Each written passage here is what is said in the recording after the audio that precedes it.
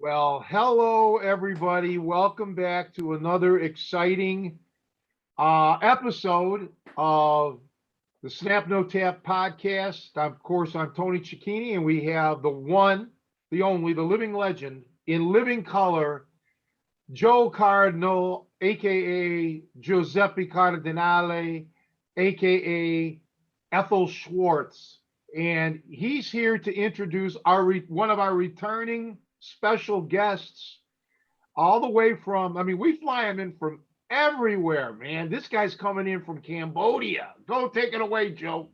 Hello, yes, Russell Stutely's back on the show. We're very excited to have him all the way from Cambodia.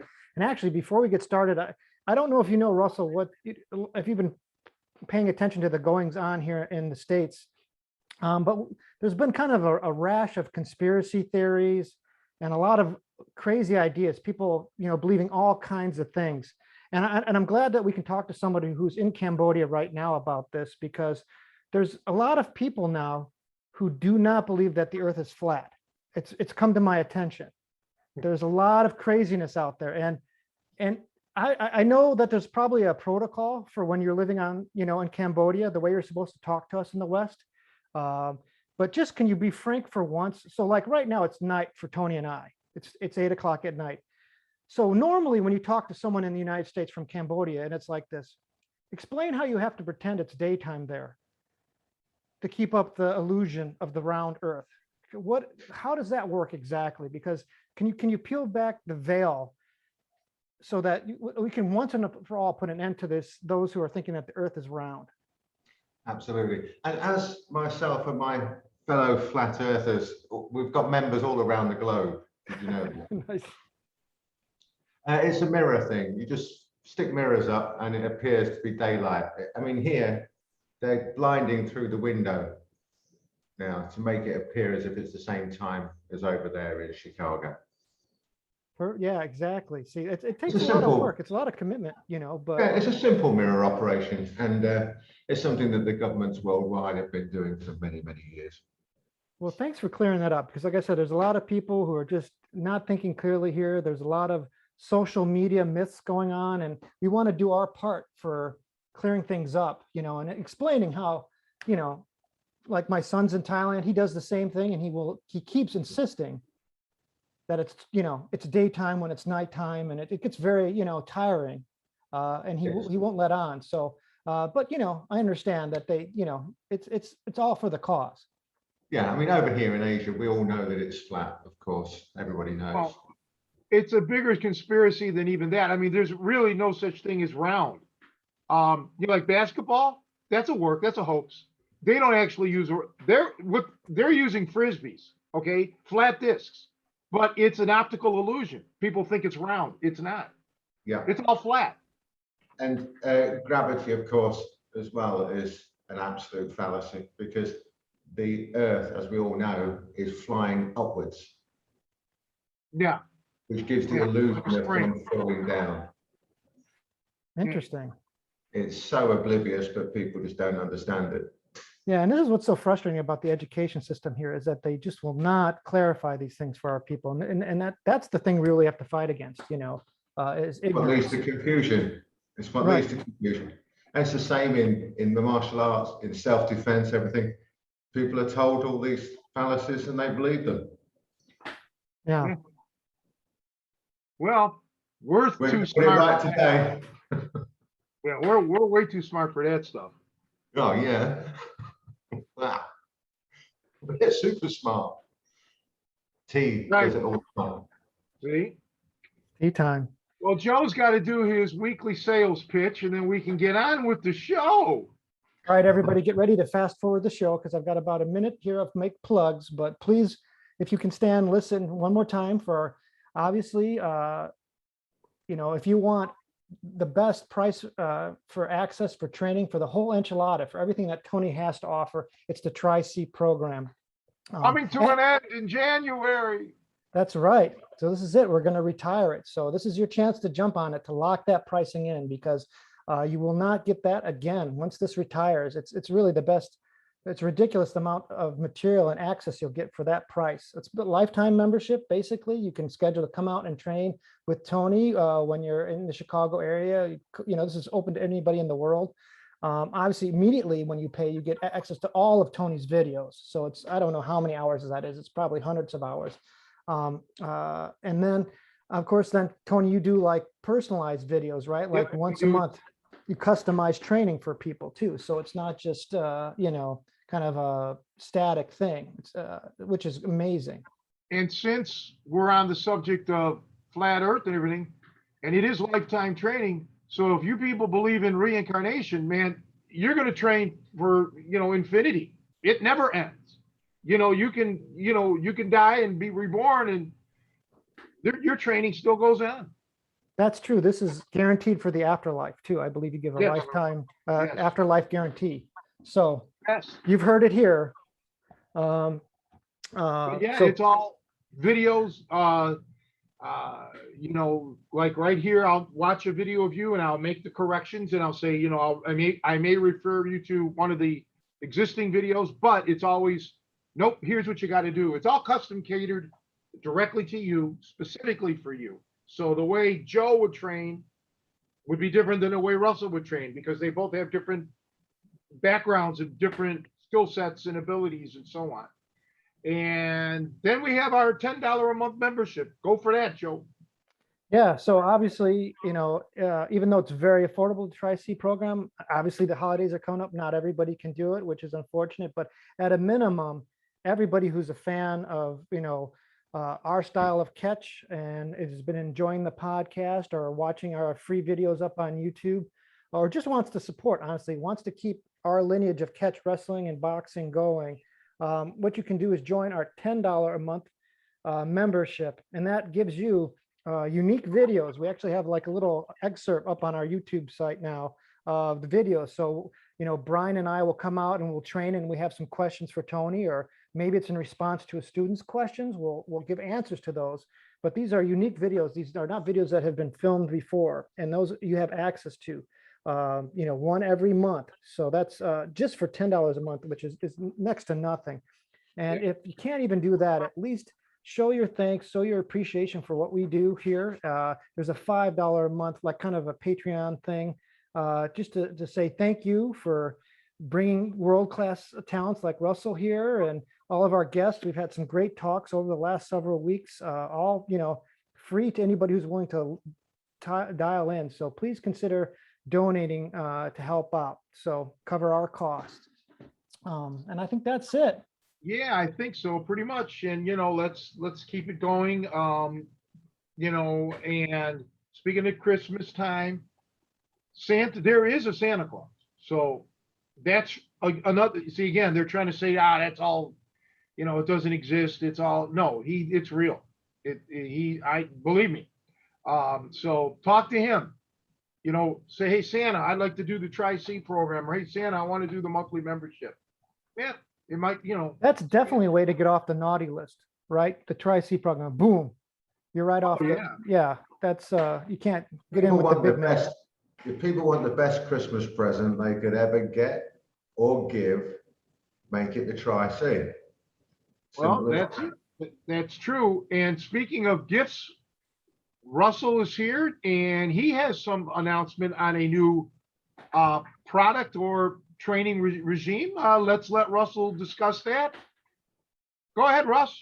I don't want to do a shameless plug, but if I have to, okay. Well, as you know, I'm national boxing coach and also been made like the coach of coaches, been promoted. Ooh, get that. Oh. So, and lecturer of boxing. I don't know quite what that means, but probably talking a lot. I do that. Anyway, we filmed some boxing stuff. There's 12 DVDs of it, pardon me, and it can be download or hard copy, whatever you want. So there's lessons vary in length from a few minutes to 20 odd minutes. And there's something like about 70 odd lessons on there over 12 DVDs in different subject areas like stance, footwork, the various punches, the defenses, basic to intermediate level, because we've got more to do. Obviously, boxing is a huge subject all of its own.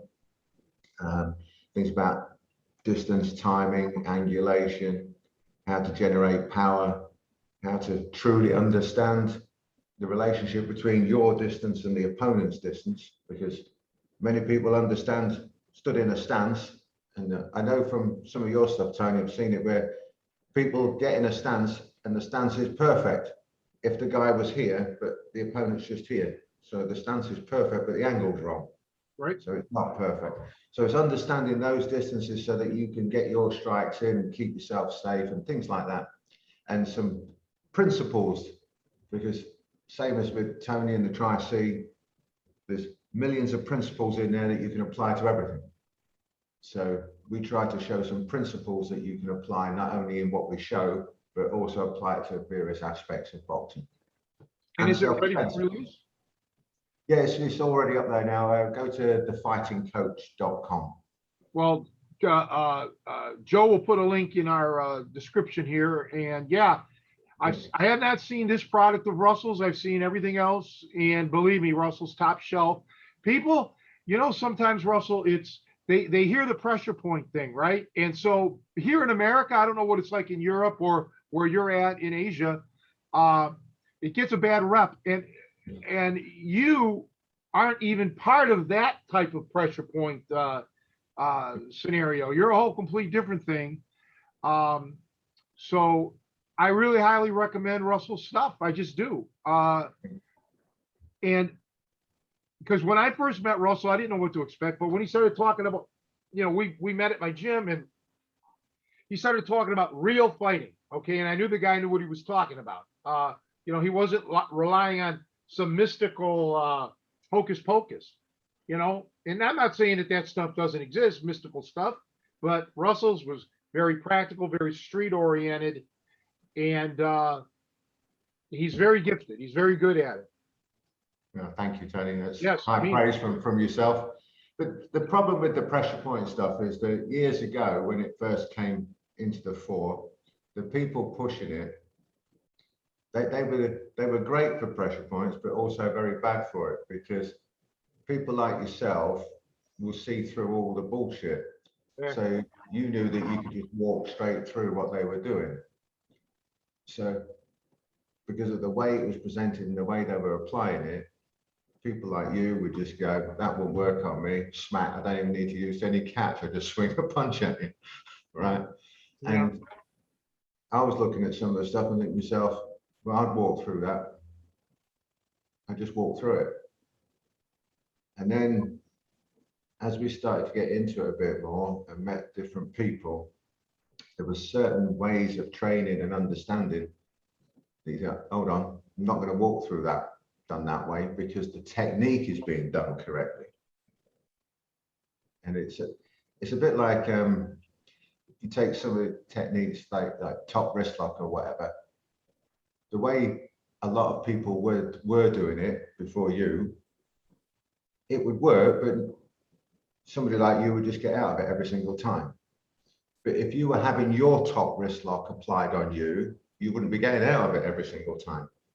Right. And there are pressure points. I mean, we use them too, but it's a different, it's not mystical. I never claimed that a pressure point's going to end the fight. It's a means to an end, right? But as you know, when you box, when you spar, even when you wrestle, anything, when you're moving around, if you got to hit a little tiny point, it's not easy. Okay. It's absolutely not easy, especially against the moving target, a guy who's, shucking and jiving and blocking and everything. It's not the easiest thing to do. So you can't rely on I'll use the term gimmick. I don't mean it like that, but you Yeah. can't rely on a trick like that. You have to have a whole vocabulary of techniques to draw from, and and put them together coherently. It's like we keep saying to people, the pressure point stuff is what you add in once you've got everything else right. Yeah, I You hear can't you. take somebody who can't punch for toffee, show them a pressure point, and all of a sudden they can now punch. And it's ridiculous. But that's the way it was being taught before. So you get somebody who couldn't fight, would know where there's a couple of points, demonstrate them, and in demonstration it works. And we might demonstrate it in a similar way because you don't want to hurt anybody. No point in smacking somebody as hard as you can on the jaw to prove to them that there's a weak area. Well, Right? it's the same with submissions. Everybody wants to come up with these new submissions and shit. Yeah, they'll work if the guy's letting you do it. Try to get them. That's the thing. You're going to get those submissions. You're not going to get them on me. You're not going to get them on other guys who are crafty or skilled. It's not just the submission. That's just part of it. It's an ingredient, but it's not the finished meal. Exactly. But like when you're teaching, say, top wrist lock, you don't whack it on 100% speed and power when you're teaching it to somebody. You show them step by step by step, gently, so you're not damaging them, step by step, each little integral part of that technique. And I've seen you teaching it and watched you teach it on DVD. You're talking about, the angles, the misalignment, where this should be, where your hand should be, where your elbow should be, what angle you're moving at, what direction you're going to take their arm in, how you're doing this, what twist you've got, all of those things that are going on, you explain bit by bit, which is all those little parts make up the whole technique. And what people were doing before with pressure points, they were teaching it on its own and none of the technique. So it had no chance of working, or very little chance. And what we do is we say, here's let's say there's 10 bits, for argument's sake, to make a technique work. The 10th bit is the pressure point, but you've got to have all those other 9 bits in place first to get this to work right. Otherwise, but if you haven't got the pressure point, it doesn't matter because you've got the technique right. Yeah. So that's the way we've always taught it, which to me seems a bit obvious as the right way to do it. Well, one of the things with anybody, an instructional video, it's kind of static. That's where like something like what you offer training and like my Tri-C program. If I'm watching, let's say your lesson I give you is the top wrist lock and you film it and I review it. Well, now you're going kind of live maybe, right? So I can say, here, this is what I didn't show on the Lost Art of Hooking or whatever video. If the guy does what your training partner did, here's what you do. And you start chaining and showing all this other stuff. You cannot do that in an instructional video. You can't cover everything. It's like, you can't be like a dictionary, right? You can't say everything possible. You can't cover every scenario. Otherwise, the videos they'd never end. They would be, each technique would be 100 hours long, and I think that's a lot of times people miss that. They think, well, okay, I saw it. Now I got it. No, you don't, because there's varieties. Excuse me. There's variations. There's timing. There's this and that. Same with your stuff, pressure points, or even boxing. Boxing really, when you think about the lack of offensive techniques, right? Let's call it 6, maybe 6 strikes, depending, roughly. That's not a lot. And yet boxing has survived, for so long. People still get hit. People still get knocked out with just those small amount of technique, as opposed to grapplers who are always trying to reinvent the wheel, trying to come up with something new. You don't need something new. You just need to get better at what's out there. Okay. Become more crafty, become more, intense with your theory study, figure out scenarios and situations. Just be cunning. Don't always try to look for something new, like to catch somebody by surprise, because even if you did, it's exposed. You're never going to do it again. All right. So eventually you're going to run out of things that nobody's seen before. and now what? So get good at what you know. Just use a few techniques in the beginning, and get great. Become very, just sneaky. Yeah. Make the guy have a panic attack because he never knows what's coming. Yeah, I mean, I remember something 20 odd years ago. A mate of mine said to me, we were doing a lot of work on power generation, and we do an elbow that's pretty hard. And shown it to my mate, and it stuck with me. What he said, yeah, that'd be absolutely effing devastating, as long as you can land it, mate. Yeah. And that stuck with me. And from the second he said that, me, him, and a few others, all we ever worked on from there on in was the entry and the exit, because we knew we could hit hard. Yeah. We knew we could hit. So the most important bit is getting there, isn't it? I mean, if you've got the best top wrist lock in the world, once you're there, it doesn't matter if you can't get there. Right. You're just a demonstrator then, and there's a lot of guys through the years that were just demonstrators of holds. Okay. They couldn't really do it against a against a resisting opponent, a non-compliant opponent. Yeah. And But that's there's a place for them. There is a place for them, though, Tony, isn't there? Because they could be a great coach of how to do that top wrist lock once you're there. Yeah. There might be somebody else to teach them to get there, but they might be the best guy teaching you what to do when you're there. Well, that's the thing. When I met Lou Thez, I was, already been doing catch wrestling for what, 30 years almost, something like that. Yeah. 25 years. So, I mean, I knew all the holds. There was nothing I'm not going to see. But what Lou and I exchanged ideas was our setups, our strategies, and so on. And I showed him things he didn't see. He showed me things I didn't see. Little things, man. Little things that most people would be like, well, what's that? What's that? That's the key to the universe, man. That was great. And that's the thing. It's not this big old show me a move. I want to see a move I never saw before. Goodbye. You're not going to get anywhere in the world. It's the little things, it's, just the setups, or like I said, the entries, or the just slight variations or modifications. And Lou used to say that when he used to travel, he traveled the world doing like professional wrestling, of course, mainly work matches and whatever. But I mean, he knew the goods. He learned from the legit guys back in the old days, just like I learned from a legit guy who was back actually older than Lou. But Lou would go around and see other countries and see things, see the way wrestlers would do a certain move or something. And Lou would say, I would take it back home and I would work with it. I would tweak it. I would make it more entertaining for show wrestling, but also if it had a potential to lead into a concession hold, he would do that too. Okay. So for me, I never dealt with the demonstrate, the performance aspect of it. I didn't care about that, but Lou cared about both, and he needed to, because he was a heavyweight champion of the world in professional wrestling, but he was also a hooker.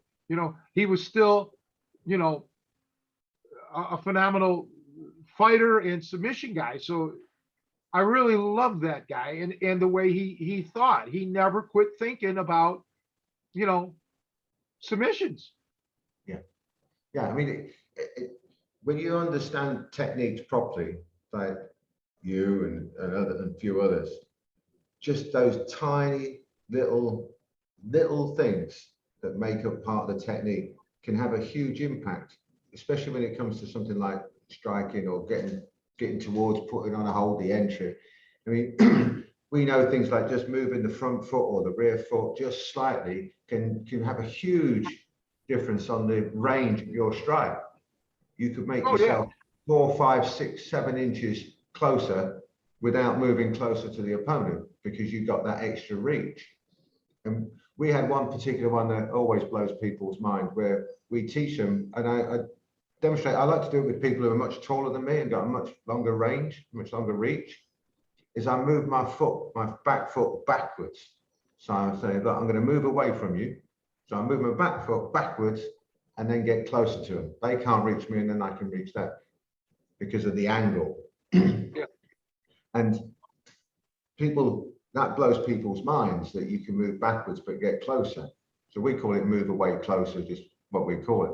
But all it is just changing the angle of where your long part is, the oval of your length of reach goes to the short part of their reach. So their angle is great if I'm stood here, but I'm here. So their longest way is over there or over here.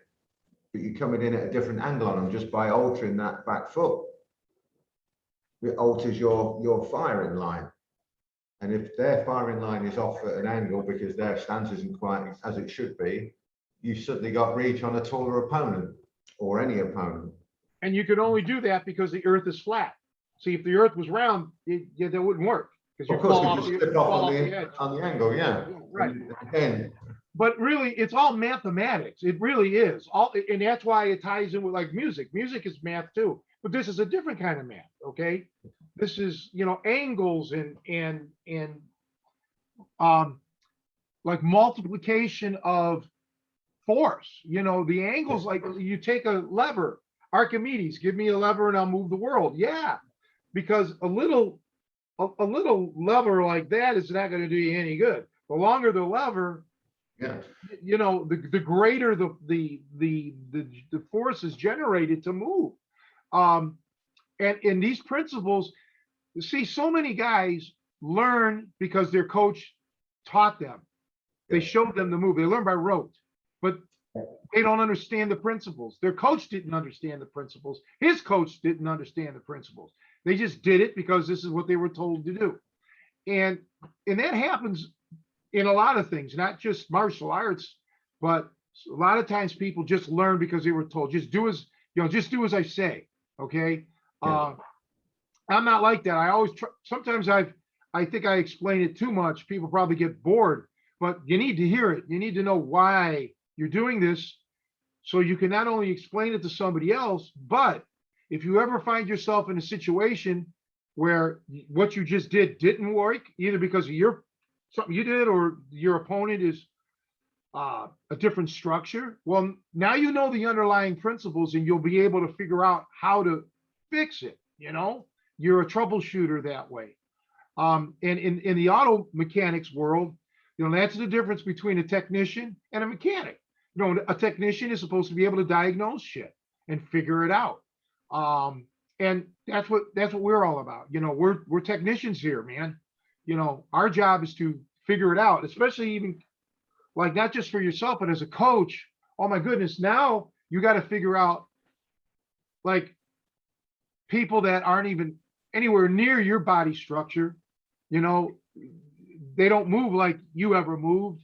They're not in your type of physical condition. So they can't do like you do. They can't do like I do. They can't do like Joe does. They're not capable of it.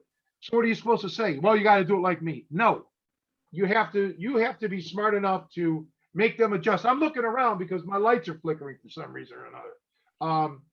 But yeah, it's just, there's so much to it. And that's why I sometimes warn people about watch who you train with. You know, sometimes these flashy, fancy guys, you know, that's nice. It looks great and it's really attractive and oh wow. But you can tell that, okay, this guy probably doesn't know what he's doing because this is a move that you never would use, you know. If you understand the principles that make a technique or any technique work, if you understand all those principles, then everything else kind of starts to fall into place because you can self-diagnose as well. You know, many times with our guys, they say to me, oh, I'm struggling with this technique or struggling with that technique or whatever. They start to try to do it and they videoed it, sent it to me. I'll explain to them what's wrong, but also say to them, you know the answer to what's wrong because you just need me to ask you the question in the right way.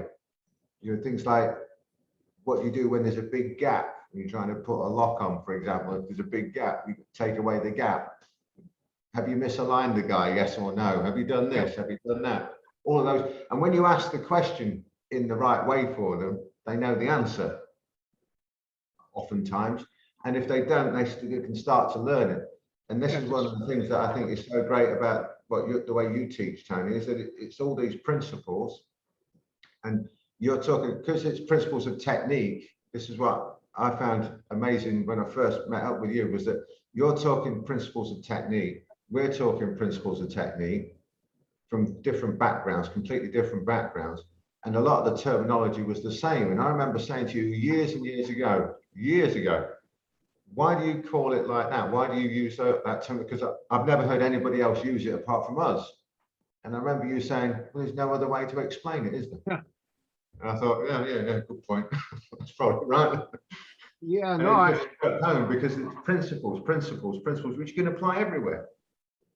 well, that's it. And when you really truly understand principles of it, as opposed to just memorizing techniques, you'll see a lot of similarities in other sports, not just combat sports, but sports like your football, soccer, or baseball, or football. You'll see, it's just all about understanding, physiology, how the body works and how it moves, and you need to know everything about creating the perfect body so you can learn how to destruct that perfect body. Okay. Yeah. I'm a demolition man. That's my job, is to destroy you and demolish you. Right. But I also know how to build, I can also construct this body. So if I can construct it, I want to destruct it. And that's how I want my students to be, I want them to understand things. And getting to the pressure point, I've run into some of these pressure point guys. They cannot explain it. Okay. They can't explain what's happening in their world, even though nothing's actually happening to me. It's supposed to happen. Explain to me what you do. Explain it scientifically, medically. The ones that I've met, now I'm not saying there's none out there that can't explain. I'm sure there are. But the ones that I've met cannot explain it. They haven't either been taught it or they don't care to delve that deeply. I do. I want to go all the way in. I want to know everything about it. But they can't explain it because they've learned monkey see, monkey do. They haven't learned principles. So unless they are able to do it on you exactly the way they've been shown or taught or teach, and you stand there and allow it to happen, unless it's done that way, it won't work. And somebody like you will be called a non-responder. I've been called a non-responder. But even if it does work, let's say it does it and it works. I want to know why it worked. Tell me everything about it. What's going to happen to me? What nerves did you hit? That's the thing. You got to know this stuff. At least I would. And see, when I don't want to delve back into my training as a kid, because there was a part of my problem, not my problem, but part of the, Radvan didn't, there was words in Polish, English wasn't his first language. Okay. Let's put it that way. Just like you guys don't speak like proper English like we do. I don't know what the hell you guys talk, but it isn't right. Exactly. But the thing here is, I want to know as much as I can. I want to know everything. I don't want to hear some joke and blow it off. Don't blow it off. Tell me what's happening. And if you can, then you're my kind of people. If you can't, okay, have a good day. I'm the same. I've got to understand it because, and my thought process on it, I think it's similar to yours, Tony, is that if you're going to be a coach or instructor, sifu, sensei, whatever you call yourself. Guru. Yeah, guru, that's a good one. Grandmaster, master, whatever. You've got to understand, it's your duty to understand your subject in depth. It's your duty to understand that in depth. And if you don't, then you're lying to yourself, and more importantly, you're lying to those people that you're supposed to be teaching. Well, and it's on you. Yeah, it's on you to learn, even if you just were taught the techniques. Let's say your instructor just didn't know. Well, you can still learn you can still study. You could start taking anatomy classes or buy books and learn, about the human anatomy. And, there's nothing stopping you. But, nowadays. Sorry. Yeah, I was going to say, No, I've now- got a problem with people who don't know. I've got a problem with people who don't know but think they know and will not try and enhance and further their own knowledge, but still talk like they know it. Well, nowadays there's no excuse. I mean, you could just go online, and I don't mean to a bullshit place. I mean, literally go to a medical WebMD or download a book, a true medical book. You have all the access. You don't even have to go to the library. You really don't, you know? It really is that simple, isn't it? It really is. It really is, you know, and it's that kind of stuff is legitimate. You know, it's not somebody's YouTube channel where they're, you know, blowing smoke up your ass and shit. You know, Joe and I, about what, couple of months ago, I sent you a link. You couldn't even watch the whole thing. This self-defense instructor had a huge following. He has over 1 million subscribers, and this video had like 250,000 views. And man, he was terrible. It was a joke.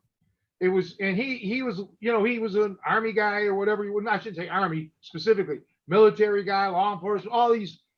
He was bad. He was bad. The thing he did was utterly, I don't know, Russell. I mean, it was ridiculous, even against, not even against a trained fighter like us, just against a thug.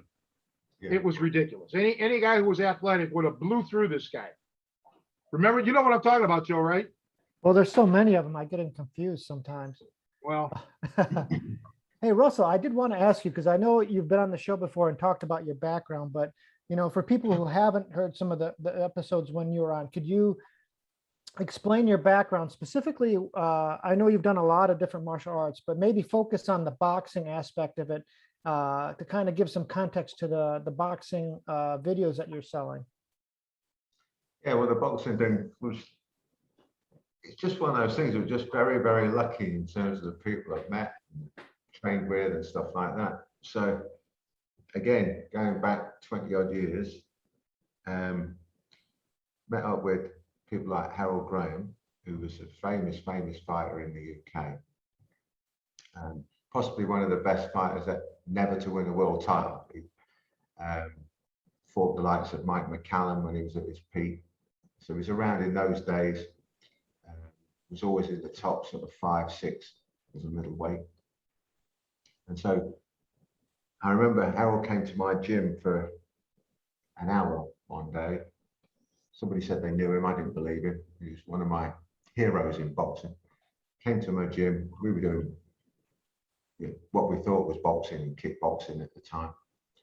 And it was incredible. He wanted to know what we were doing on this pressure point shit. Right? So he ended up loving the pressure point shit. And obviously we're loving the boxing. And what was supposed to be an hour turned out to be a whole weekend. And then what he taught me in boxing was what we were doing in self-defense type stuff, scenario, more stuff where we say, this is how you need to be for a real fight in terms of angulation, footwork, stuff like that. But at the boxing that I was going to, I was learning from somebody else, boxing lessons. I was doing what he was telling me to do. A good martial artist, do what your instructor tells you to do. So it was just beat the karate guy up each week. And then when Harold said to me, how do you do your self-defense stuff, your normal stuff? Well, we do it like this. He goes, well, do that in your boxing, you idiot. It's the same thing. The stance was the same, the way the rear foot was, and all these other sort of little bits and pieces. So do that in your boxing. So when I went back to my boxing guy on the Monday, nobody could hit me. And it had been months to just pick up the karate guy. So it was then that Harold and I just gelled, and I ended up doing just hundreds and hundreds and hundreds of rounds with him. Other boxers, Big Paul, who went on, my guy went on to fight Anthony Joshua and things like that. So we just did hundreds and hundreds and hundreds of rounds and just training all the time. And then Harold and I would go around teaching all around the UK, in Cyprus, in Malta, different countries, and just having an absolute blast. You know, when you're training with somebody of that level, who was just insanely good, insanely fit, and had a reputation where if you threw a handful of rice at him, he'd just dodge them all. Wouldn't get wet in a shower, that sort of movement. And when you're training with him, and you realise the levels of boxing, and the amount of information he had, because he was also incredible at passing on the information. Other people wouldn't understand it because they either weren't ready or whatever. But I could sit with Harold and just do some work, or even just a chat over a cuppa or something like that, and learn more in 5 minutes than some people would in years of training, because he had so much to give. He could explain what he was doing and how and why it was working. Most people just looked at him and say, oh, this is how I stand. Nobody would ask, why is that foot like that? Why have you got that angle? Why is this here? What? But because I want to analyze and break everything down into little principles, I'll be saying, why is your front foot there? Why is it angled that way towards me? Why is it here? And work it out myself, or ask the question. And it would be things like, oh, I'll push down on this foot here, because that then sends the energy up through, goes through my knee out here, and then I can deliver the punch quicker, or I can snap this out faster, or I've got this angle. And then all of those things will build up. So then the boxing knowledge just increases. And then I was very lucky to train with people who were Commonwealth Games, fifth place Commonwealth Games, sparring with people like that, sparring with various champions in different countries, Cyprus, Malta, England, and just building up the knowledge base and then helping other people. So then boxers would come along and say, how do I hit harder? Because we had a reputation for making people hit very, very hard. And then it just sort of built from there. And you're just very, very lucky with the people I met. And I've always been that fortunate. I meet people like Tony, and then, things like that. It's just very lucky. I've been lucky too in that regard, but it would be nice to get Harold on the show, on the podcast, maybe you and him, that it would be great, because, he was just world-class boxer, and, I knew a guy here in Chicago, but he passed away, Johnny Lira, wasn't probably at Harold's. Well, they were comparable in certain ways, but Johnny wasn't. He was a different type of fighter. He would have been interesting to have on, but he passed away.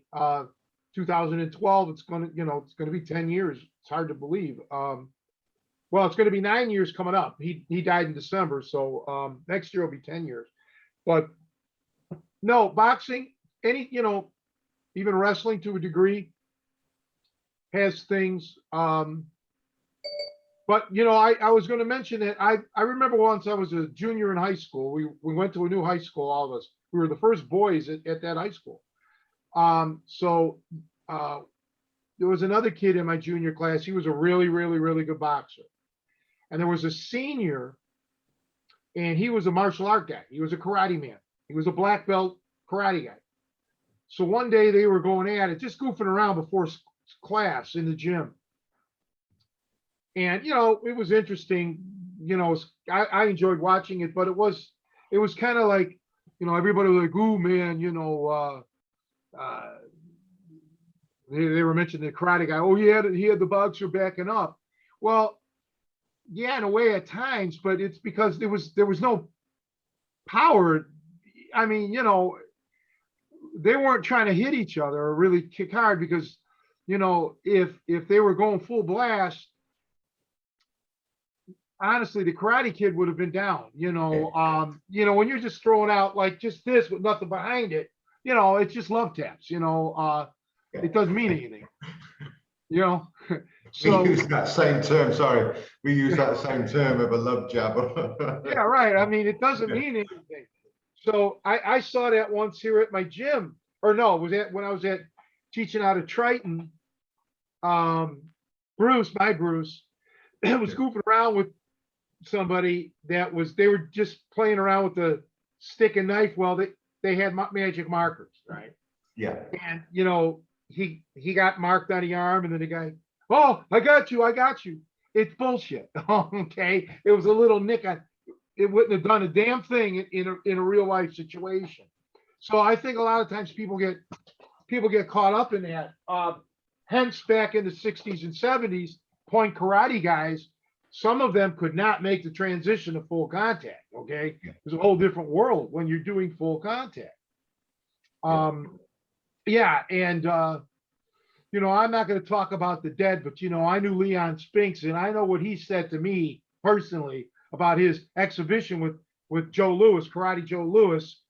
You know, and Joe Louis was a full contact karate fighter. Don't get me wrong. I mean, he started off with points and all that, but yeah, boxing. It's funny. I've said this a million times. When I was a kid growing up, martial arts was the biggest thing in the world, and boxers and wrestlers were not martial artists. They let us know that all the time.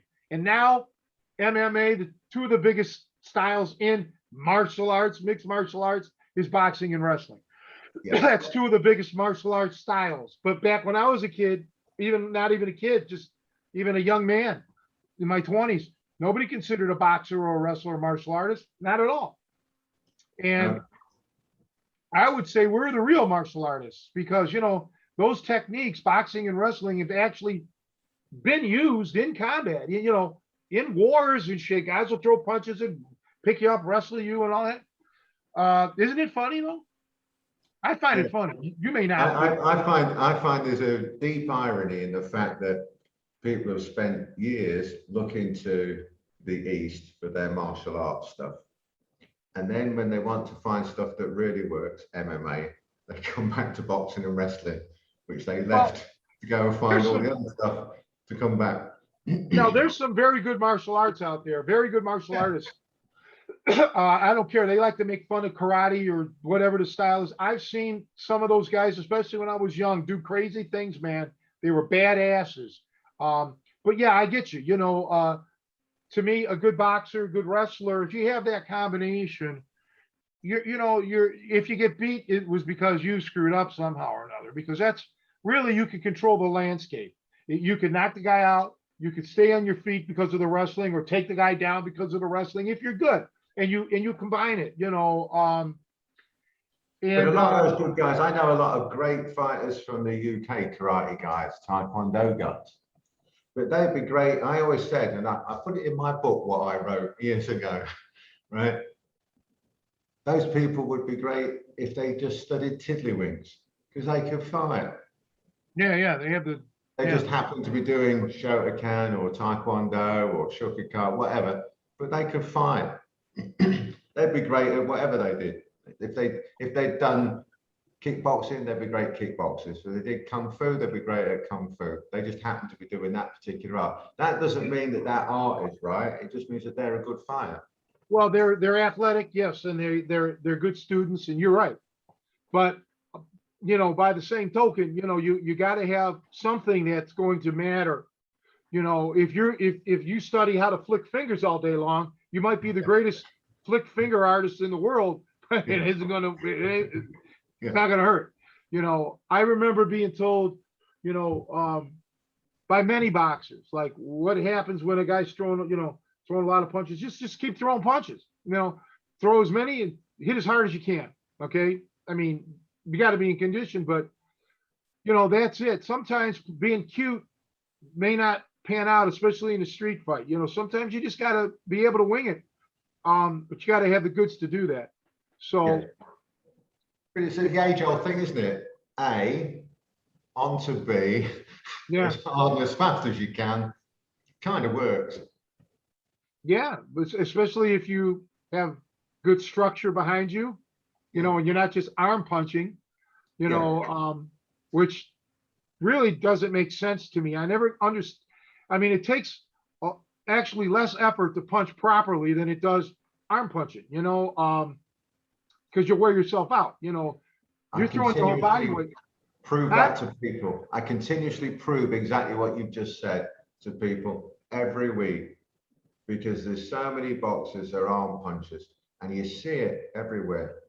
I mean, you talk about the watering down of martial arts. Boxing's been watered down tremendously since the good old days, if you like, because everyone's a boxing coach, right, including me, I suppose. Everyone's a boxing coach. but they do a lot of box fitness stuff. And suddenly a boxing coach, and everybody's arm punching. Yeah.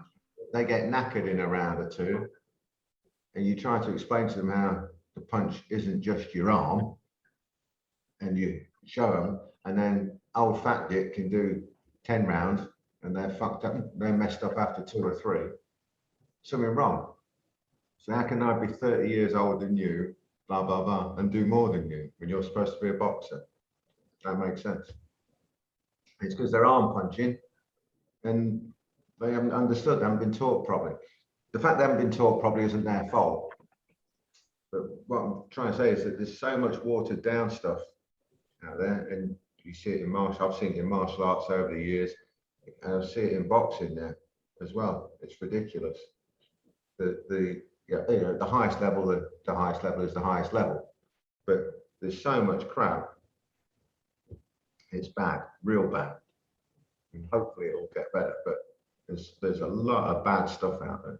I don't know if it's going to get better. Now, I don't know. I'm not, a I hope so. prognosticator, but I would say it won't, only because people are getting paid tremendous amounts of money now for doing it not the best way, right?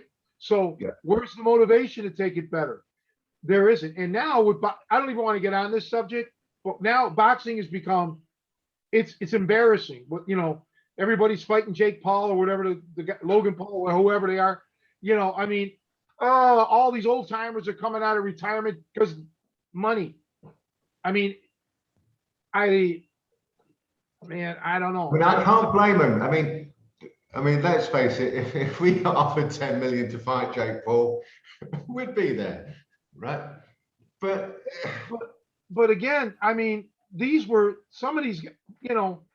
They were like champions and like put on a pedestal, and there comes a time when I don't know, man. I don't want to say the wrong thing, but man, you got to have some sort of dignity about it. If you're past if it's a true exhibition, okay, where you're laughing and just having a good time, but these are not really that way. These are actually like matches, and that bothers me. I remember, you may not know who these guys are, but on the Tonight Show, Johnny Carson, they had on Gene Kelly, who was like a world famous dancer in the movies and everything. And Gene Kelly was very old at the time. And Michael Jackson was really popular doing the moonwalk. So Gene Kelly was being interviewed, and he's like, that's nothing new. We've been doing that moonwalk forever. He says, I was doing that back in the 30s and 40s. And it's a simple move and dance move. And then Johnny Carson, the host, said, would you demonstrate it for us? And the audience is clapping. Yeah, he's like, no, I'm retired from dancing. Okay. See, Gene probably could have done it, but he was an old man. He wasn't in his prime. He wasn't in probably dancing shape. And he had some humility about it. He wanted people to remember him how he was on the silver screen, as opposed to getting out there and maybe, just maybe, kind of tarnishing his reputation. And I'll never forget that. It impressed me. It really did. he's old school, isn't he? He's old school. He's long gone now. He passed away a long time ago. But yeah, he was old school. He did movies with Fred Astaire. With Fred Astaire, Frank Sinatra. Singing in the Rain is the famous Singing in the Rain. Yeah, exactly. But hey, you're right. If these people can make money, so be it. Yeah, if I could do it, I would do it. If I could make that kind of bread, yeah, okay. But by the same token, I'm not Mike Tyson. I'm not Holyfield.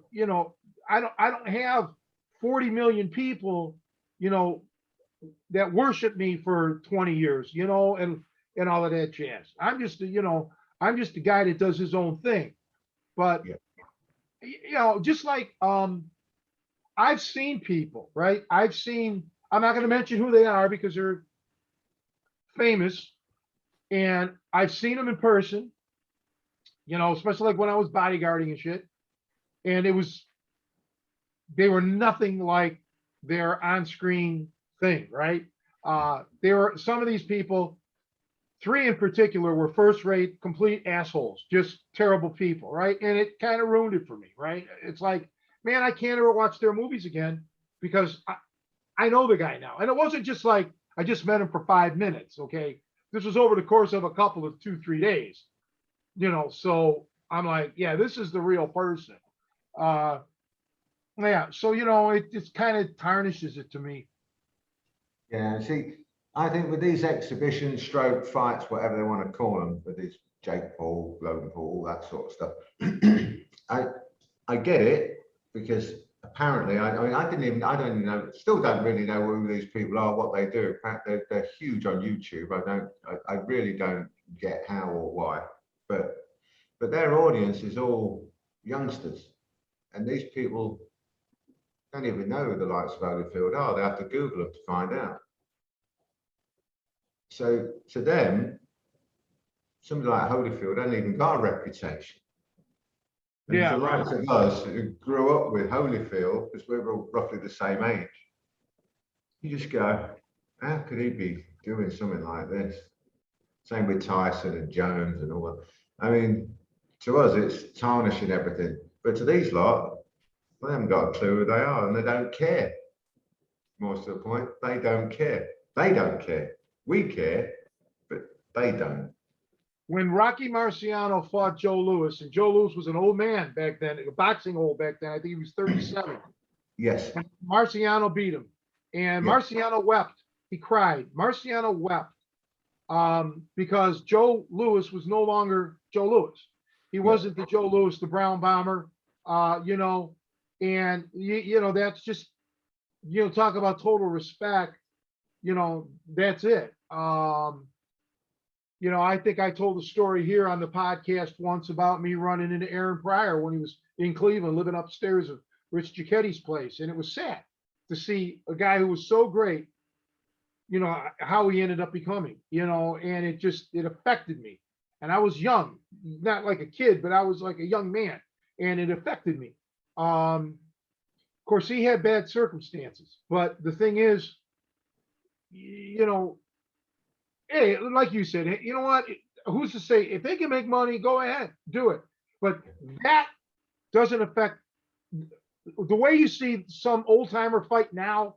That's not a fair representation of how they fought 30 years ago in their I prime. mean, That's you look all at Roy Jones in his prime, and you look Yeah. at that exhibition with Tyson, or any of Jones's later fights where he got smashed up. Yeah. But Jones in his prime, to me, was basically untouchable. In fact, I go as far as to say with Roy Jones that I don't think we actually ever seen him at his absolute best, because nobody made him have to fight at his absolute best. Yeah, until it was too late. All right, until Yeah. his reflexes and so on. Because Yeah. I think he was that good that we never actually saw him being as good as he could have been, if you like. I mean, even the fight with Tony, Tony's a legend. Even the fight with Tony, Jones made it look simple after a couple of rounds. Yeah, I met his James Toney's manager, Jackie Callan, here in Chicago. James Toney wasn't here, but she was here for another reason. Bobby Hitz used to promote fights. Bobby Hitz actually fought George Foreman in Foreman's comeback. And Right. Bobby almost made it out of the first round. That takes some doing. Yeah, he got knocked out with like 10, 15 seconds. The fights were stopped. But Bobby told me, he's like, you'd be surprised how fast Foreman was in the ring. Didn't look so fast because Foreman had 24-inch arms or whatever, but back then. But yeah, Bobby was a promoter, and I used to go to his fights. He used to have one, always was on Thanksgiving Eve, I think. So me and Jerry Sigler, my accordion teacher, used to go all the time, every year. Sometimes the fights were good. Most of the time, not so good. But he had like a lot of local fighters, Rocky Martinez, Martinez. He was always a good show. And then there was Tony La Rosa from Melrose Park, who had a thing with Lenny LaPaglia, who was from, around Elmwood Park. It was like, Italian thing. But yeah, those were the days. Those were the days. I haven't gone to the fights. Of course, Bobby, to my knowledge, Bobby quit promoting a long time ago. I think he went through a divorce and, whatever. Last time I saw Bobby Hitz, He was the doorman, like a maitre d' at Gibson's, which was a fancy steakhouse. He was in Rosemont. He gave me his card. He wanted to keep in touch. I just didn't, but no reason. I mean, I always liked the guy, but things happen. Life goes on. I moved. He wasn't working there anymore. Shit happens. You know how that goes. Yeah. But When you say you met Aaron Pryor, Pryor was one of my favorites. He was just perpetual motion, that guy. And I say to guys today, watch Aaron Pryor. Just watch him. He's like that Duracell bunny. He's just nonstop. I said, you watch him, and just if you can go like him for 15 rounds, you're a proper fighter. yeah, we had in Ohio. Well, he was actually, I believe, from Cincinnati, but that's far from Cleveland. But he was in Cleveland. This was after he was going through things. But we had outside of Cleveland, out to the west, to the east of us, we had the hardest hitting heavyweight of all time, Ernie Shavers, Warren, Ohio. I met him, saw him fight. We had from Youngstown, which is right there. This is like 90 miles away, right on the border of Pennsylvania. We had Harry Arroyo and, of course, Ray Boom Boom Mancini. These were the guys when I was a kid growing up. They were well, Ernie Shavers wasn't a world champion, but the other two were. And Ernie was just, he had that reputation of being such a heavy hitter and this and that. And he was a world champion today. Oh yeah. Well, he was a large guy. I mean, I was like 14, 15, I think. I don't recall exactly now, but I was small, thin, I was probably 140 at the time, 150. But, he was just a nice man. See, when you're that good, I mean, he could kill you with a punch. I mean, he could kill just an ordinary person if you hit him in the head, right? When you're that good, and you're fighting guys like that, Ali, Ken Norton, all those, just the toughest guys, you're not going to mess around with a punk ass in a bar unless the guy, puts his hands on you or pulls a weapon on you. They were gentle, and they did not want trouble. Okay. As opposed to some people who are just looking for trouble. That. We don't need to drop names, but it's like, what do you have to prove? Why are you proving something? Why beating up some guy in the bar? Or why arguing? Why? You're a professional fighter. Do it for money. Get in the ring. That's why these top proper, what I call proper, like Ernie Shavers, who don't need to prove anything. I call them proper. These top proper guys like that. They're the sweetest, nicest people. Simple as. They could, like you say, they kill you with one punch. People have no idea just how hard these heavyweights hit, these top guys. They have no idea. Absolutely no idea. You could have been training all your life. You've got no idea how hard these guys hit. No idea. No, you don't. And I'll tell you something. When you get hit by somebody that really knows what they're doing, and I've had it happen.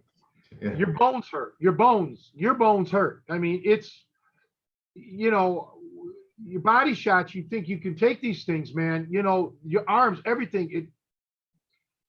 You don't have a clue until you've been there. It's a whole world of difference, yeah, it lasts. It's a memory.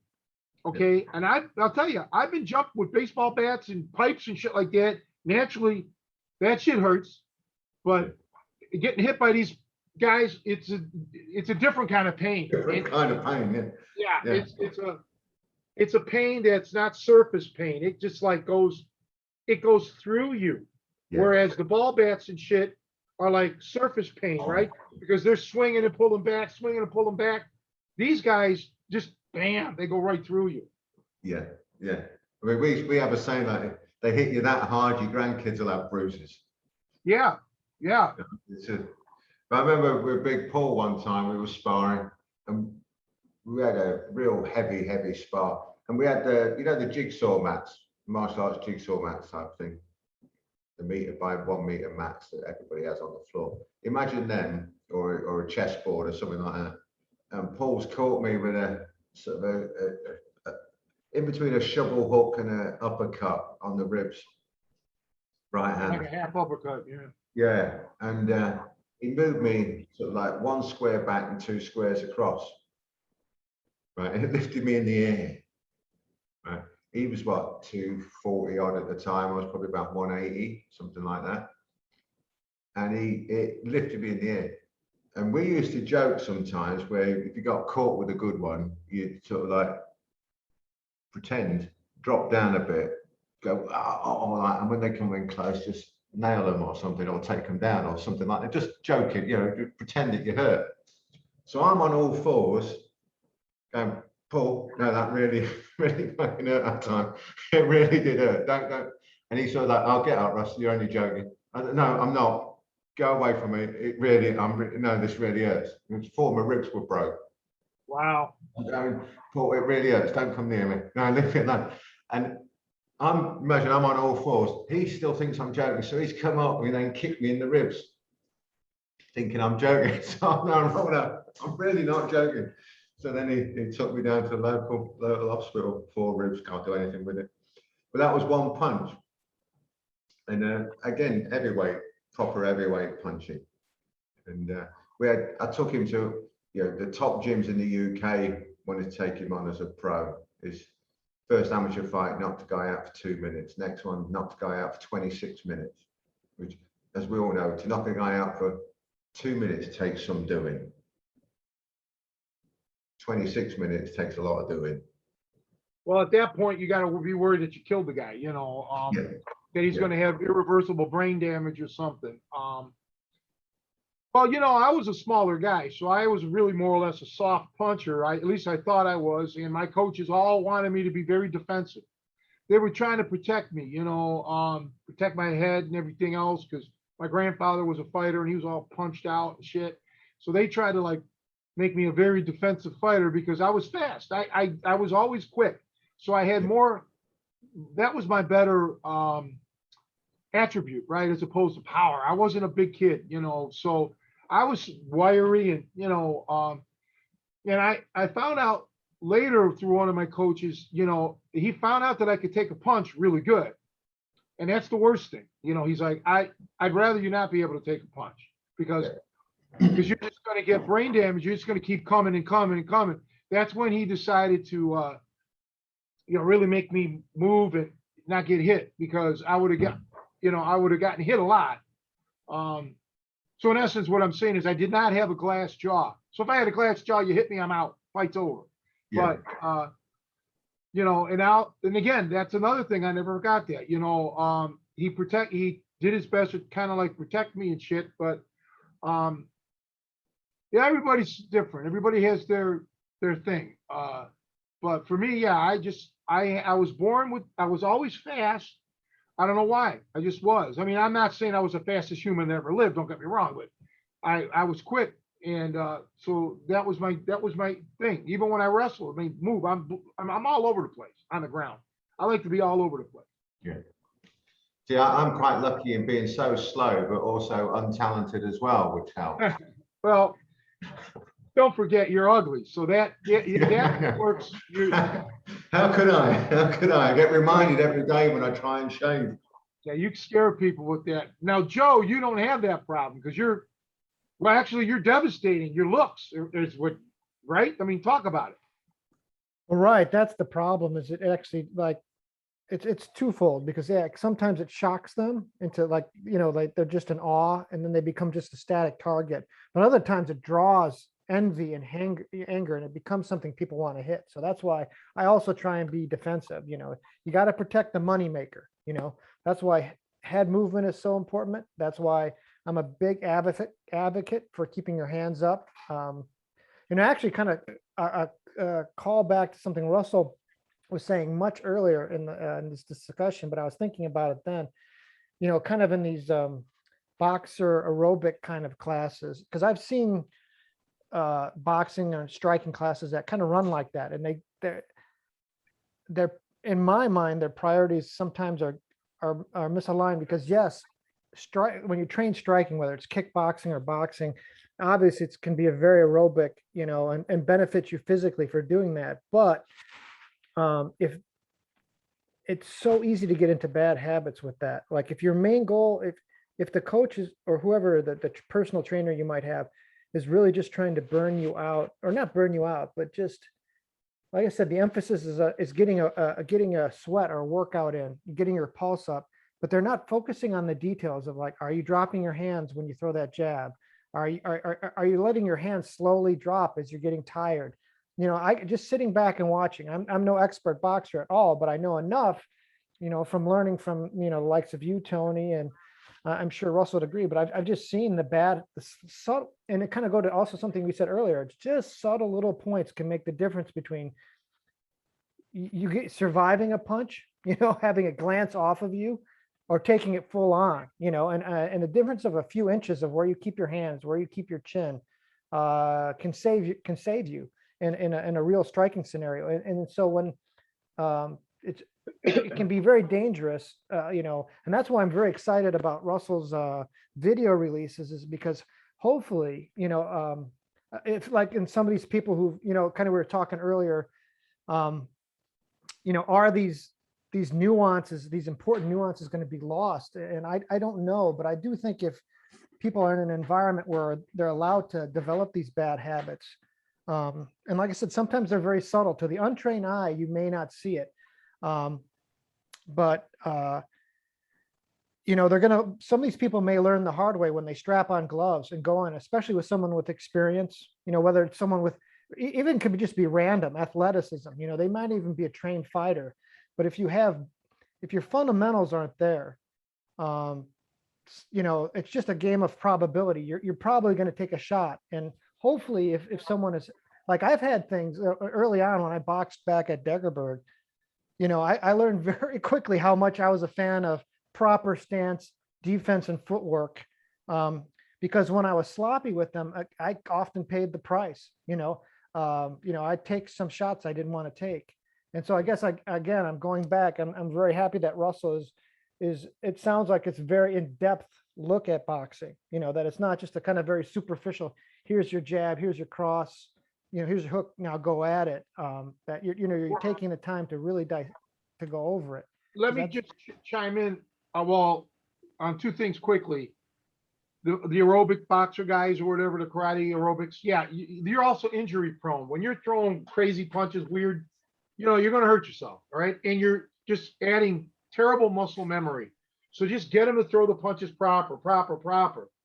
The other thing is, before Russell talks about his boxing, is boxing has as many styles as, if not more, than martial arts, okay? You got 1,000 martial arts styles. You got dozens of different, I mean, I don't know how many different styles of boxing, but just like wrestling, so many different styles. Johnny Lira and I used to go at it because Johnny was not he was like a robot. He didn't have that movement, you know, like I learned, and his coach, Chuck Bodak, was one of his coaches, but Bodak was his main one. Bodak's like, no, you don't want to waste energy, you know, that's bullshit. I don't agree with that at all. You know, they didn't know about as much about conditioning as we, you know, years go by, but you want to move, man. You want to have that movement, you know, you don't want to be, sit and duck. But anyhow, yeah, boxing, you go to 5 gyms, you'll probably learn 5 different things, 5 different ways. Go ahead, Russell. Exactly right. I mean, but there's actually a whole DVD, one of the DVDs just talks about boxing styles. And and on the one that we do, we say, we start you this way because it's just a decent basic foundation, but you will adopt your own style with it. Just like you've got your own style of wrestling. Once you understand the principles of it, you're going to fight your own way, but your main bit will be whatever it is that you've learned. But people need a foundation that's solid that they can always fall back on. So if things are starting to go wrong, they can fall back to a way that's going to keep them as safe as possible. But you got things like peekaboo, like obviously because Floyd Patterson was the first guy to do it properly, and then Napoli's, and then Tyson. A bit all from Cus D'Amato, but Patterson was the first one to do it with peekaboo. Tyson was slightly different with his peekaboo because he did have his front foot further forward than Patterson did, and Jose Napoli's did. they were more square on. So their numbering system works.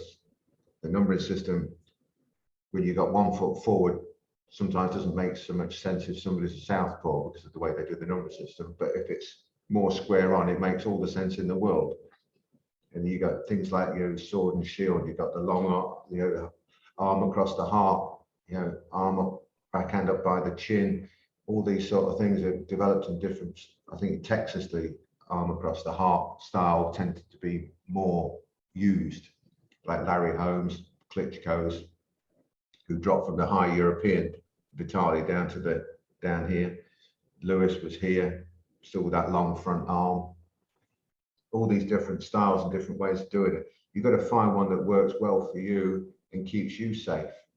When you look at the likes of Larry Holmes, I mean, to my mind, certainly I'm not going to say he's the best heavyweight ever, but to my mind, he's in the top one. And I just think that you watch him, the way he moves, his jab. Yeah, he had a good jab, man. Oh, he knocked people down with it, knocked them out with it. I mean, he's just insanely good. I think Lennox Lewis, to my mind, number 2, 3 in the world ever. I think his the way he could use his jab. You know, people think there's just a jab. You know, people who don't know, they don't understand that there's thousands of jabs, you know, and different ways of doing it, different types of feints, turning it into different things, setting up with it, using it as a power jab, as a feint, as a touch, as a movement, and look at things like Bob Foster, who's Yeah, light heavyweight. yeah, what a champ. He used to jab past the backhand and then pull the backhand down as his jab retracted. So he could pull their backhand down and throw the right hand. Things like that. Or pull it down right and then follow up with his front hook, which was devastating lead hook he had. You know, the knockout of Corey with that left hook was insane. I mean, all these sort of things, different styles, people, they just don't seem to understand. Or the old time, everybody today's headhunting with the odd exception, and they're all pretty much the same. So when the standard is lower, like you're talking about earlier, Joe, with the multiple people in a class, if the standard's always lower, you can still get a good fight, or appears because you get a sock and rock and fight, because the skill level's about the same, not very good, but the fight looks pretty good because they're going for it. But when you look at the old time, if you imagine if the likes of Duran, Leonard, Hagler, Hearns, and that were around today, Holmes, those sort of people, these guys wouldn't last a few rounds. You know, heavyweights today are finished after. But look at the Wilder Fury fight. I mean, it was an entertaining fight, very entertaining. But Wilder was done after 3 rounds. You imagine him against the likes of Holmes, Lewis, you know, Holyfield back in the day, Riddick Bowe, or go back in time, older fighters, all of those guys, Frazier, Norton, Ali, Big George, all of them, they'd kill them. Absolutely kill them today. They just go through them like a dose of salt, because their skill level was so much higher, and their knowledge of the game was so much higher. I mean, just look at the people they had in the corner. Big George, even young George had like Dick Sadler, didn't he? Archie Moore, and I can't remember who else it was in his camp, in his corner. I mean, that level of knowledge, Archie Moore. I mean, the Bennett. You got him helping you in training in your corner. You got some knowledge there, more knockouts than anybody else ever. He's had more knockouts than these legends today have had fights. Well, you know, it's a bygone era. Okay, you know, and people always compare eras, but boxing is different, except for the heavyweight division. Boxing is different because of the weight categories. Okay, they've added a lot more weight categories since the glory days. Okay, super this and junior that, and you know, all of that stuff. But you know, you're cramming in. You're still fighting 165 pounders fighting 165 pounder, you know, 100 years ago, right? Heavyweight is different. heavyweights, they're much bigger guys now. But yeah, I mean, man, the 60s and the 70s probably were to me the peak. I think by the 80s it was starting to go down.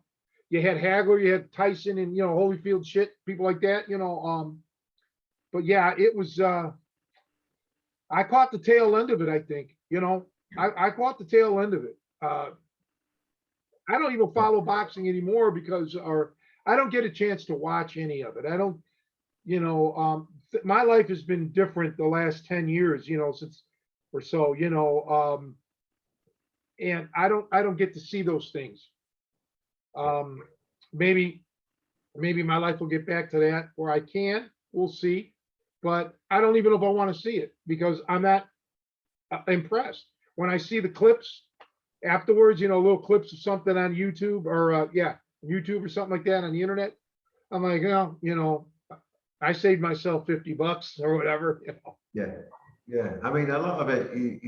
I mean, back in the day, everybody knew who the champs were. You had, everybody knew who the champ was, the heavyweight champ. Everybody knew Hagler was middleweight champ. Everybody knew Duran was lightweight. Everybody knew what Leonard, whatever, and Hearns, all that. People just knew. Can you imagine Duran today, what he'd do to all this stuff? It would be murder. It would, they just go through them like a dose of salts. Imagine what Hearns would do to these lot. What Hagler would do to them all. I mean, Hagler was something, man. But again, we start talking fighters, we always forget names. Carlos Monzon. I mean, there was so many. I don't even want to go down that road because there was just so many of them. Carlos Palomino and Alexis Arguello and hey, Salvador Sanchez, my guy, what he died at 21. Ricardo Lopez, unbeaten as an amateur, unbeaten as a pro, and nobody talks about him. I know. And Sanchez, what a great fighter he was. What about when he knocked out Azuma Nelson, who went on to become a great himself? Yeah, it's well, now with MMA, now boxing was declining before MMA, so that's a fact. But MMA, people want to see that.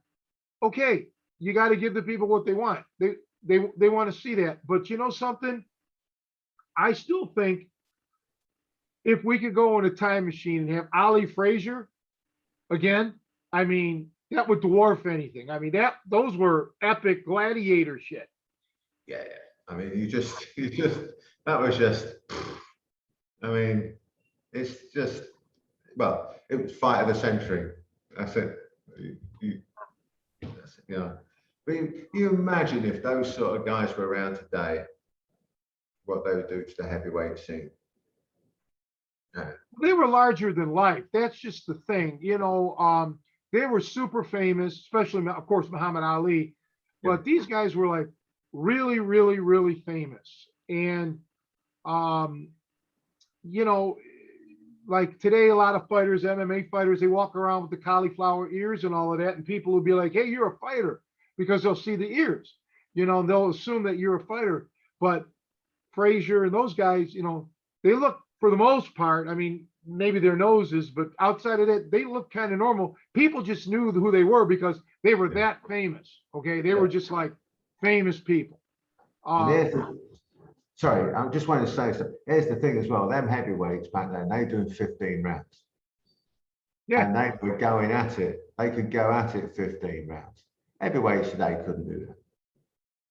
Yeah, no, their conditioning was, but yeah, they were in great shape, conditioning wise. And for those of you who are listening or watching and have never really boxed, you don't realize how much getting hit takes out of you.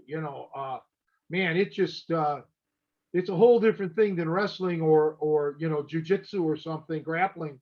It's a different thing. I mean, and it kind of takes your will away too. When you're getting tagged all the time, boy, you quickly lose your will to go on. I mean, you got to really suck it up. We say to people, you think you're fit, do a round of boxing. That's it. If you think you're fit, do 1 round of boxing. Have a go. You see Yeah, how fit you really are. I think like 30 years ago, you guys could probably look this up. Joe's good at looking shit up. There was a news writer, sports writer out of New York, I think. And he got sick and tired of hearing about basketball players being the best athletes in the world. And he took couple of them, I think, from the New York Knicks. And I think he took them to Gleason's gym or something like that and just had them work the heavy bag. And they were gassed. They couldn't get through it. Just the heavy bag workout. Yeah. Because people just don't understand. I tell everybody that I've ever met that's involved. But now this is amateur wrestling I'm talking about now, not MMA, but boxers are in far better shape than amateur wrestlers because amateur wrestlers don't have to wrestle that long. Okay. Boxers back then were going 45 minutes with 1 minute rests. Now they're, 36 minutes if they go 12 rounds. That's still a hell of a lot of time. People have no idea how hard it is. Like you say, you go on the heavy bag, do a round on the heavy bag. Now imagine doing 12 rounds. They can't imagine that. But now imagine doing 12 rounds and somebody's punching you in the face at every opportunity. Right? Well, yeah, and these guys, most of them, when they were going 15 rounds, unless it was the like Ali Frazier fight, they were good for another 5 rounds. I mean, they could have, most of them weren't dropping dead after they still had another 3 to 5 rounds in them. I mean, this is the kind of conditioning we're talking about here. It's incredible. And wrestling is a completely different thing. It's a different, you're training for a different thing, right? But I'm telling you, boy, man, boxers are like the Energizer Bunny. Go, go, go, man. Never, good ones, guys that take their training seriously. Yeah. It's very impressive to me. With most of these 12 rounders today, these 12 round fights today, those fighters are not 12 round fighters. They're more like 10 round fighters who are doing 12 rounds. Yeah, I get you. I know what you mean. Yeah. And I really like the old school. That's why I like old school training methods and stuff like that. No pads. Pad work's bullshit. Or the way they do it is bullshit. We do show proper pad work because to me, pad work is about teaching, not about not having a workout, doing all this bullshit. Yeah, I saw something a couple of months ago, 3 months ago, 2 months ago, whatever, on local TV, morning news. They were at some gym and they had a girl actually. She was actually better than the guys. She was pretty good. Yeah, they were doing the pad stuff, and really all you're doing is this. You're moving your arms 6 inches or something, It's not like you're, full, it just gets, there's a place for it. Don't get me wrong, probably, but I think there's better ways. I mean, I say to people, if you're only doing it as a workout, you're not interested in being a boxer, nothing else, you're just having a workout and having fun, do it like that if you want, I don't care. But if you're telling me you're a boxing coach and you're telling me that's your fighter and you're doing it like that, shame on you. Simple as that. Well, because you're not teaching the fighter, you're teaching them bad habits and you're not coaching. You're just doing a box fit workout. Floyd Mayweather does it. Of course, he's the best, but that shit. But I get I know what you're saying. But to me, you can even get the one. You got to have the heavy bag. You could even simulate a speed bag. You can get away without having a speed bag if you have to, but you got to have the heavy bag, and anybody can get a heavy bag. And just hang it. And just work that and move around and boom, boom, boom. We all say heavy bag, heavy work. That's it. You just need obviously you're skipping, blah, blah. Shadows, heavy bag, sparring, done. You don't need much else. And drills, you got proper drilling, correct drilling. None of the bullshit that you see where, do 10, you do 10 back. Got to drill it properly. But all this pad work, bullshit. I don't do pads. I don't. Well. Occasionally I do to teach them distance and how to land a jab properly. Yeah, and don't be standing in front of whatever the pads or the heavy bag or anything for a long time. 3 seconds move, you got to be out of there. You don't want to be in front of your opponent. Like Johnny Lure always said it. You want your opponent in front of you, but you don't want to be in front of your opponent. And that's all about copping angles and shit. So these guys that are standing, I get mad at Joe and all these. Well, Joe's good now at it, but in the beginning, he'd be freaking punching and just standing there like this. I'm like, move that head, change your angles, man, because this guy's going to block and he's going to counter you. You got to not be there. You got to have those angles, and it takes fitness. You got to be in shape, just like for martial, grappling and shit. You got to have conditioning before you can do anything. Right? Conditioning is first and foremost, but it isn't the only thing. But you have to have the conditioning so you can do the thousands of reps you need. But man, goddamn, don't be in front of the bag or whatever. Just move around, get these angles, and just we don't see a lot of that, and I'm an old school guy like you, Russell. I like that kind of stuff.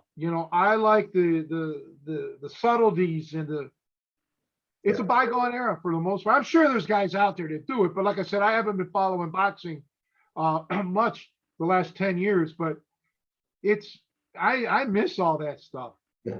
There are some who do it, but the vast majority, when you watch them, if they just throw, just to say, a simple 1-2, right? I say simple, obviously there's a lot more to a simple 1-2 than a simple 1-2, but they throw a simple 1-2. They don't move their head before, during, or after. Yeah, well, and these are champions not moving their head before, during, or after a 1-2. Well, I don't know what to say about that. It's not a big head movement, just slight. That's all you need. You just need a little bit, I'm talking, there's not even a little off center or foot, but yeah, to me, you got to teach the defense at the same time as you're teaching everything else. So I always say to my guys, when you're on the heavy bag, you've got to enter as if it's a fight, throw whatever it is you're throwing, even if it's just a single jab, and you've got to exit as if it's a fight. So you've got to, if you've thrown a jab, do you just stand there with your head there and wait for him to hit you back? Or are you going to be moving? Are you going to be moving on the way in? Are you going to be moving as you throw it? Are you going to be keeping yourself protected on the way out before you come back again? Yeah, and it's simple physics. I mean, an object in motion is what you want. A frozen thing, it takes too long to accelerate. You want to be in motion already, so and then you have to have control of your body. There's a lot of science here. We can't really get into it on a podcast, especially for those who are listening on they're not watching us, but it's like there's so much that's missing, and now they don't do this really in MMA, so this is going to be gone. This is going to be lost, forever. And man, while I'm still alive, I want to at least teach this stuff to people, man. All the little shit that you can just do at your own house. Just get used to moving, pivoting, and getting those angles, and it's fun. Yeah, but I mean, on all of your stuff, all of your DVDs that I've watched, and I've watched practically all of them, haven't I? But you're never stationary doing anything, are you? It's never do this move, don't move anything else. You always talk about how your whole body's got to be incorporated into everything that you do. It's never isolated. Oh, I just moved this. I've moved it, but my body's being used as I'm doing it. And it's the same with boxing. You see people teaching just to punch, but they're not teaching how it comes from the feet. They say, oh, it starts at your feet. Yeah, but yours doesn't. The way you're teaching it, you're talking it, but you're not teaching it. And but nobody's, not nobody, but it's rare that you see the whole body being utilized. Whereas you're always saying it and doing it in every part of every single DVD I've ever seen of yours.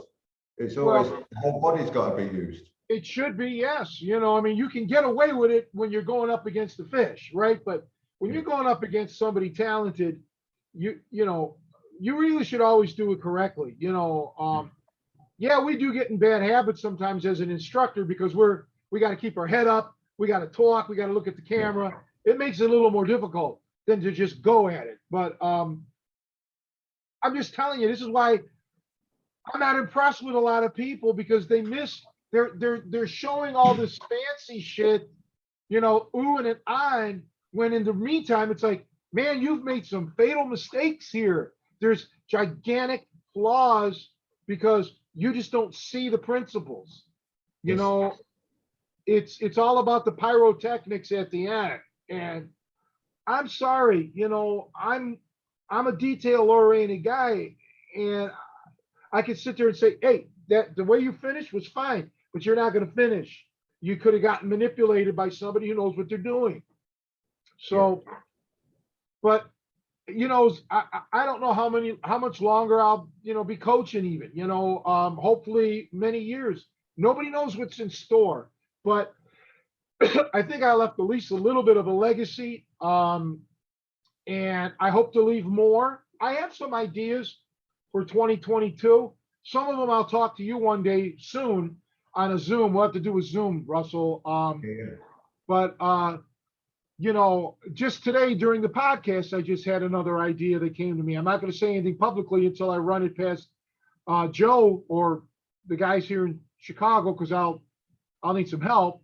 But yeah, we're going to keep on plugging away, and I'm excited to see your boxing video series, and maybe you and I'll tie up somehow and do something together or some project. You never know. Well, if flights open up, we'll be over there, and we'll be over there. Yeah, well, we'll talk. We'll do a Zoom coming up. But anyway, the clock on the wall is saying it's about time to wrap it up. I want to say thanks again for Russell Stutely. I'm glad we established that the earth is flat. We all knew that, okay? And we know nobody ever landed on the moon. Come on. What are you kidding me? The moon, first of all, is made out of cheese. We all know that. So who You they see how crap? small it is too? I mean, I can cover it with my hand. So how could someone be on it? Right? You ever notice how small it is? Maybe Tom Thumb. If Yeah. you look at it, you can go like that, and it's in between your fingers when you look through. Exactly.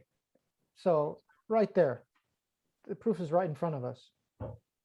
The Well, truth is- It just takes some common sense to work it all out. Well, Joe's going to put a link to Russell's stuff. I hope you people will at least think about joining the monthly membership site. And if you can, the spots are basically almost gone for the Tri-C program. I really would try to, I would really like to try to keep it open until January 30th, 31st, I mean, to get you guys signed up. But again, as I said, if the slots get filled up, I'm going to have to shut her down. But I really hope you can sign up. It's a good, I got a good crew of guys that are on the Tri-C, and it's a good routine, and it really works well. With the back and forth videos, and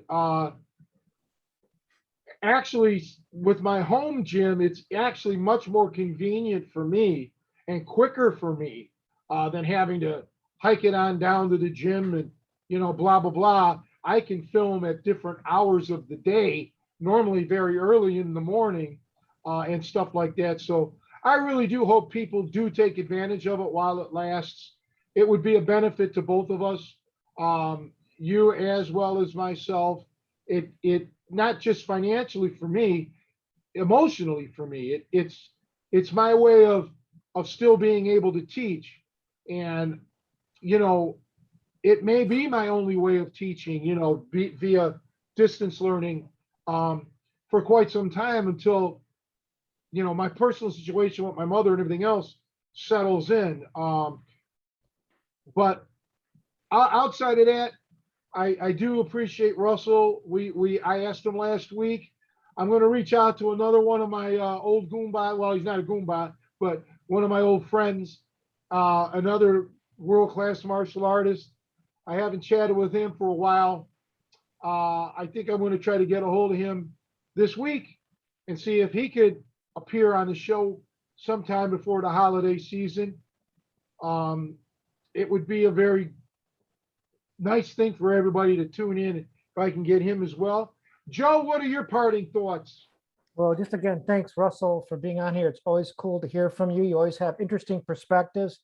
I would encourage anybody who has enjoyed hearing this, definitely check out some of our previous podcasts with Russell's, because he gets into a lot more of his other aspects of his martial arts training, because it's very diverse, very unique and interesting. You know, like I think that's why Nico likes it so much. It's like I said, it's a very interesting mix of skills that you have. And it's not just esoteric stuff. It's esoteric stuff that's built on a realistic foundation, you know, which is, it's such a rare, interesting combination. So it's very exciting to have you on. I'm super happy that we can try and support you in whatever way we can. So yeah, just thanks again for being on. And it was great talking to both you guys. And don't forget to check out Jason Bender's gym, Josh Piscini, Rick Solo, the Solo. Kai Kennel. Yeah, a lot of great schools in the area that are our friends of us. And you can find, like I said, high quality instructions there. I forgot to plug them at the beginning again, but if you've made it to the end here, those are definitely highly recommended places to work out at. Okay, everybody. Thank you very much. And I've got to say that people need to get on that Tri-C, because training with Tony is going to be the best thing that they could do. It's plain and simple. I've been saying to people for years and years and years, ever since I first saw Tony's stuff. That's the stuff that everybody needs. It's plain and simple, the best that you'll ever get. That's it. Thank you, Russell. Yeah. And I'll see everybody next week. Bye.